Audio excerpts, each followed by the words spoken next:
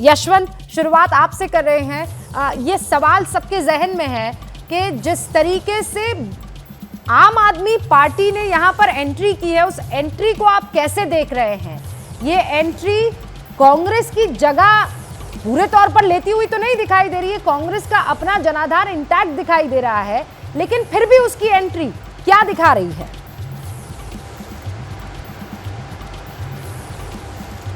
रूबिका, कांग्रेस का जनाधार इंटैक्ट तो नहीं दिख रहा है। पहली बात तो ये कि इस एग्जिट पोल में ऐसा नया कुछ भी नहीं है जो पिछले 6 महीने से एबीपी के ट्रैकर में नहीं दिखाया जा रहा था। सच्चाई ये है कि जिस समय 4% वोट से बढ़ते बढ़ते 22% के आसपास जब आम आदमी पार्टी का ग्राफ पहुंचा था, उस पूरे ट्रैकर में हम लोगों ने 6 महीने में आम आदमी पार्टी की उस ग्रोथ को दिखाया और साथ में ये बात क्लियरली बोली कि लगभग हर 100 वोटर जो आम आदमी पार्टी को पड़ रहे हैं, उसमें 75 से 80 वोट आम कांग्रेस के खाते से आ रहे हैं।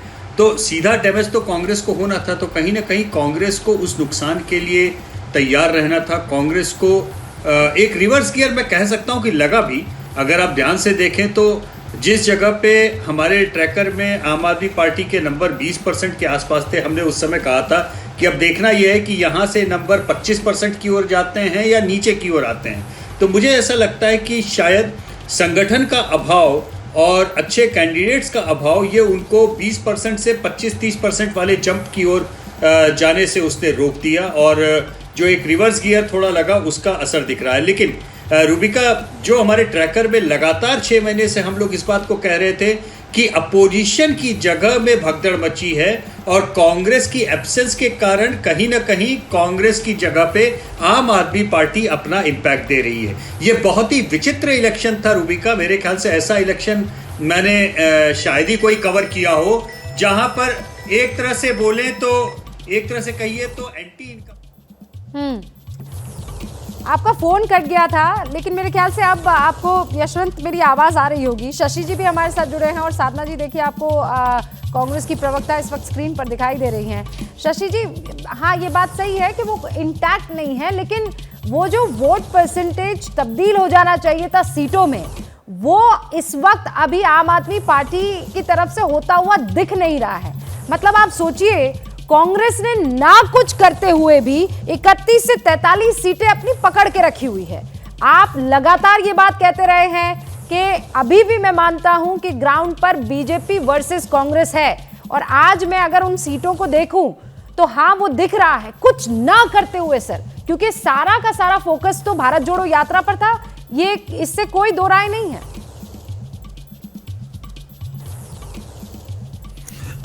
रूबिका, मैं आपकी बातों को 3 हिस्सों में बांट के बहुत संक्षेप में जवाब दूंगा। पहला, ये चुनाव का ये प्रतिफल दिख क्यों रहा है। पहले तो बधाई से शुरू करता हूँ यशवंत को और आपकी टीम को। आप लोग पहले दिन से जो कह रहे थे वही अभी तक लगता है जस का तस चिपका हुआ है। आप लोगों ने जो मेहनत की इतने दिनों में, वो बिल्कुल एक अच्छे जर्नलिज्म का उदाहरण है, अच्छे डाटा जर्नलिज्म का उदाहरण है। अब इन परिणामों पर बात करते हैं। अगर परिणाम 8 दिसंबर को ऐसे ही आते हैं, और मैं सारी टिप्पणी सिर्फ आपके इन्हीं आंकड़ों पर कर रहा हूँ, अगर परिणाम ऐसे आते हैं तो उससे पहली बात साबित क्या होती है। आपको मैं 5 साल पहले ले चलता हूँ। इन दिनों में क्या हो रहा था, हार्दिक पटेल की रैलियाँ हो रही थी, अल्पेश ठाकुर अलग दहाड़ रहे थे, जिग्नेश मेवाड़ी अलग दहाड़ रहे थे।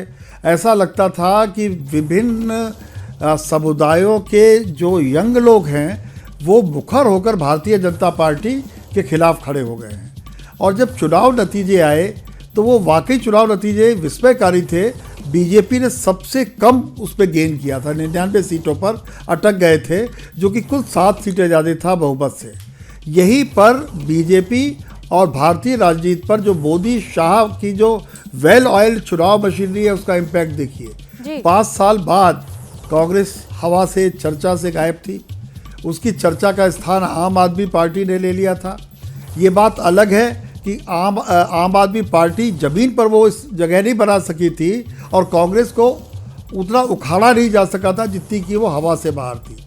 पर वेल ऑयल्ड मशीन का नतीजा ये हुआ कि आज परिणाम आपको बिल्कुल एक तरफा दिख रहे हैं। और एक विपक्षी से, मजबूत विपक्षी से 2 कमज़ोर विपक्षी अच्छे होते हैं। तो आज आम आदमी पार्टी यदि मान लीजिए 10, 11, 8 जो भी सीटें लाती है, जी। जो भी परसेंटेज वो कांग्रेस का काटती है, तो उससे बहुत साफ है कि इस पे एक नई शक्ति का उदय वहां पर हो रहा है।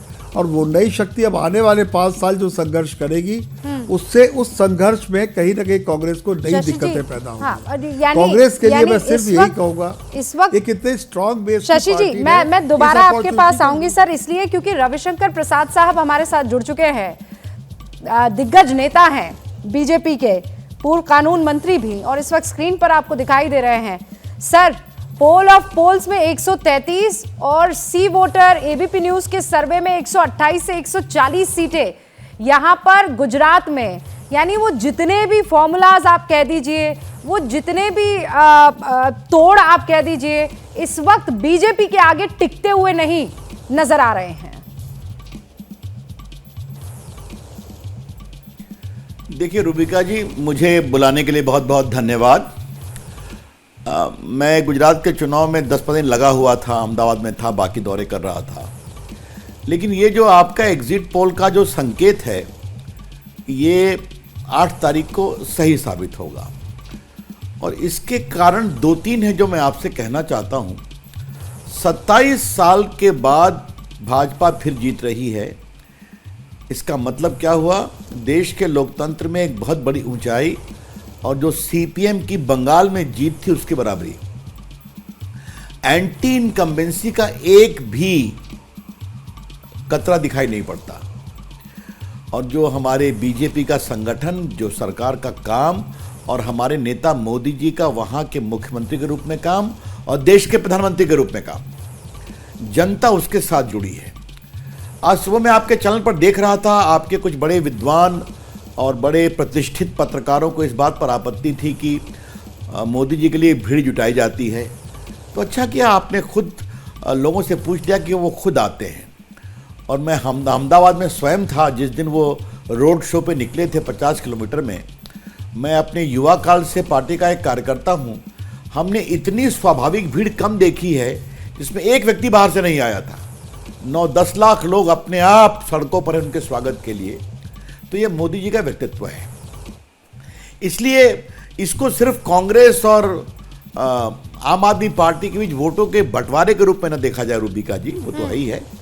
अब ये बताइए कि हमको क्या करना चाहिए कि बंटवारा नहीं हो, ये भी बता दीजिए। अब कुछ लोग जो टीका टिप्पणी कर रहे हैं, तो मेरे बिहार से तो नीतीश कुमार जी निकले हैं सबको एक करने के लिए, तो करें वो एक को सबको, ये काम तो उनका है ना। लेकिन वो अच्छा होता गुजरात में भी एक नहीं कर पाए। सर, तो मेरा खाली कहना ये है कि इस रिजल्ट की गंभीरता को समझना चाहिए। नहीं, और ये बहुतों को चोट पहुंचाएगा, इसमें कोई दो राय नहीं है। इनफैक्ट शुरू भी हो चुका होगा। लेकिन अब सवाल ये है कि कांग्रेस, जिसके लिए खुद प्रधानमंत्री नरेंद्र मोदी ने कहा था कि फाइट हमारे और कांग्रेस के बीच में है, इन शब्दों में नहीं, लेकिन उन्होंने जितने शब्दों में कहना चाहिए था वो बात कह दी थी। कांग्रेस का वहां पर 77 से ये 40 पर सिमट जाना, या 31 से 43 पे सिमट जाना, ये किस ओर इशारा कर रहा है? आम आदमी पार्टी को आप फिर कैसे देख रहे हैं? देखिए, मैं बिल्कुल एक पॉलिटिकल ऑब्जर्वर के रूप में मैं अपनी टिप्पणी आपको देने की कोशिश करूंगा। मैं पार्टी का एक कार्यकर्ता भी हूं, लेकिन अलग बात है, देश के लोकतंत्र को मैं देखता हूं। पहली बात यह है कि कांग्रेस पार्टी का वहां बेस है, और पीएम ने कहा, सच्चाई कहा, उनकी जड़ें हैं। लेकिन अगर कांग्रेस पार्टी अपनी जड़ों में जल देकर उसे मजबूत नहीं करना चाहती तो हम क्या करें? मैं बहुत गंभीर सवाल उठा रहा हूं कि चुनाव में हारना जितना लगा होता है, अब राहुल गांधी सिर्फ एक दिन के लिए आए और हिमाचल कभी नहीं जाएं, तो अब ये उनका विषय है। जहां तक आम आदमी पार्टी का सवाल है, मेरी टिप्पणी बहुत स्ट्रेट है।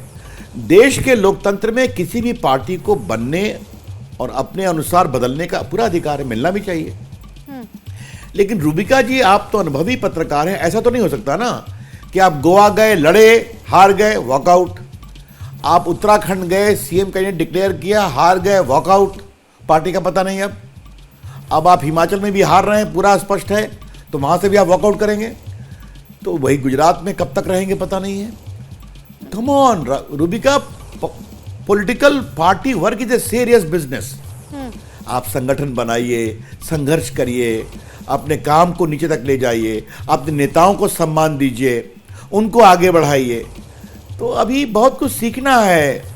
और आज मैं देखिए एक बात आपसे कहना चाहता हूं, हमारे प्रधानमंत्री जी की लोकप्रियता है, लेकिन वो हमेशा इस बात की इतनी चिंता करते हैं बूथ प्रमुख के क्या हाल है, पन्ना प्रमुख का क्या हाल है, जिले के संगठन का क्या हाल है, प्रखंड के संगठन का क्या हाल है। मजबूत तो संगठन को मजबूत करना, मजबूत और हम संगठन लोग की भी एक वो तस्वीर जो है वो गुजरात में रविशंकर प्रसाद साहब दिखाई दे रही है। हिमाचल में बड़ा कड़ा मुकाबला है। हमारा जो सर्वे है वो ये बता रहा है कि आपकी सरकार बन रही है, लेकिन कड़ा मुकाबला इसलिए क्योंकि वहां पर मौजूद जर्नलिस्ट बार बार ये कह रहे हैं कि अभी भी कुछ नहीं कहा जा सकता है। आपका इस पर क्या कहना है? 30 सेकंड सर। अरे हम तो मानते हैं कि एग्जिट पोल और एग्जैक्ट पोल में तो अंतर ही है। तो आप प्रतीक्षा करिए। उत्तराखंड में भी तो यही कहा गया था ना, वहां स्वीप किए कि नहीं किए, देखा आपने, तो वेट करिए।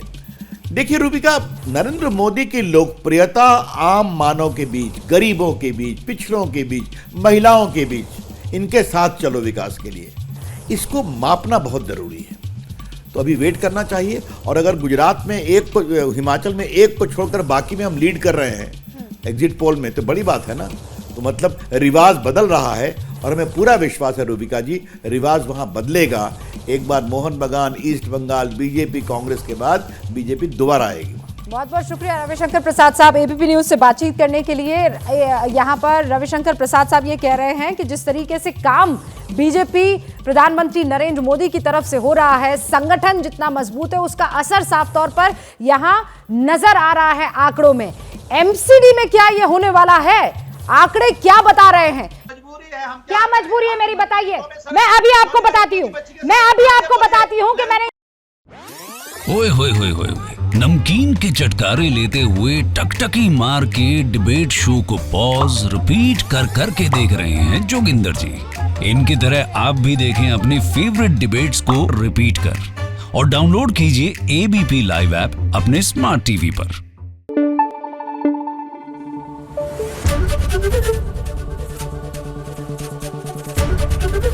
एबीपी न्यूज आपको रखे आगे।